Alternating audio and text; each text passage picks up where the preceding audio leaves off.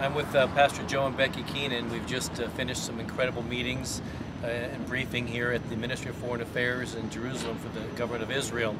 Joe, we were talking a moment ago, and you had mentioned something about a time I preached at your church many years ago in the old building. Tell us a little bit about that. We had you sharing and ministering, and towards one part of the service, you went out to your car, you came into the building with a coat of many colors. Yes. And you threw it upon us, and you began to speak prophetically about how we would be influential and be in the audience of many leaders within the world, and we're seeing all of those come to pass. And the beautiful thing about it is we're together here in Israel and hearing incredible things and having opportunities to share with so many people that are shaping the world that we live in. Yes, and Lord is really using you both in incredible ways. I know, Becky, you had us actually meet with the President of Mexico twice in a private hearing and briefings with them, the security directors, and now here we are in Israel together. It's an incredible thing what God is doing to raise you up because you have a heart for the nations. What's really going in your heart today? It's incredible meetings today.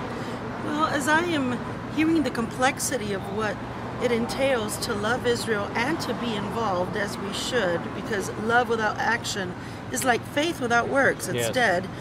You have a sense of being overwhelmed initially, but then you have a hope because we see beyond just the briefings. Now, in the natural, we need to support democracy, justice.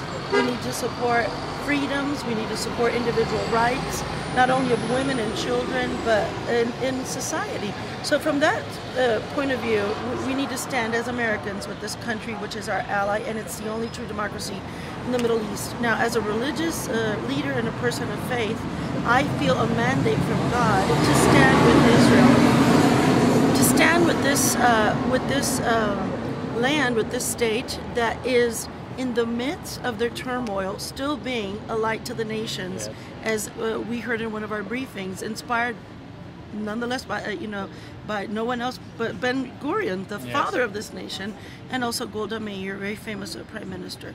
So these two things work hand in hand, and as Christian leaders, we can be involved in so many levels. I go back wanting to be more involved in the education of key leaders.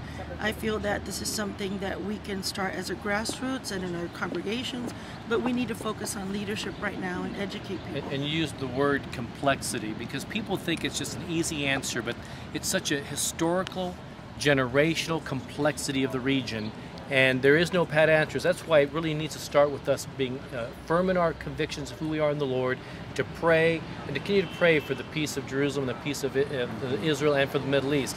In fact, one of the people that shared with us today, who has been in foreign ministry service with the Israeli government for 20 years and working with international affairs and historian, said something very profound when she said that the instability of the region is equal to uncertainties for the future.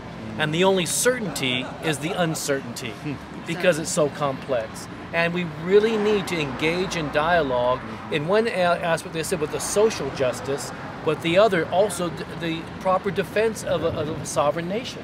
Right, exactly. I believe that as the Middle East, the different countries are going through their revolutions and through their initial democracy, which we hope is true democracy.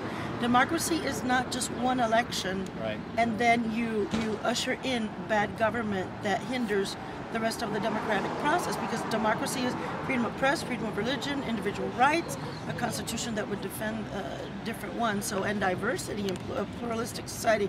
I feel that Israel feels their hands are tied in many ways, but as we support them, at least as a bastion of stability, as they do nothing but wait and continue attempting to help in different areas, they are an influence and a light in different ways. So we need to continue to stand, both as Americans and leaders, with this nation. Absolutely, and like you said, it's the only true democracy in the region. We need to continue to go to our knees for God's intervention and to pray. Some would call this the Holy Land, which it is, and it comes alive when you're here. We need to specifically pray for God to bless Israel, and that would be a blessing to the nations. And as the church, we would stand with Israel, stand and pray for the peace in the Middle East, because in the complexity, we need a God who brings forth His sovereign hand to bring change that only he can bring.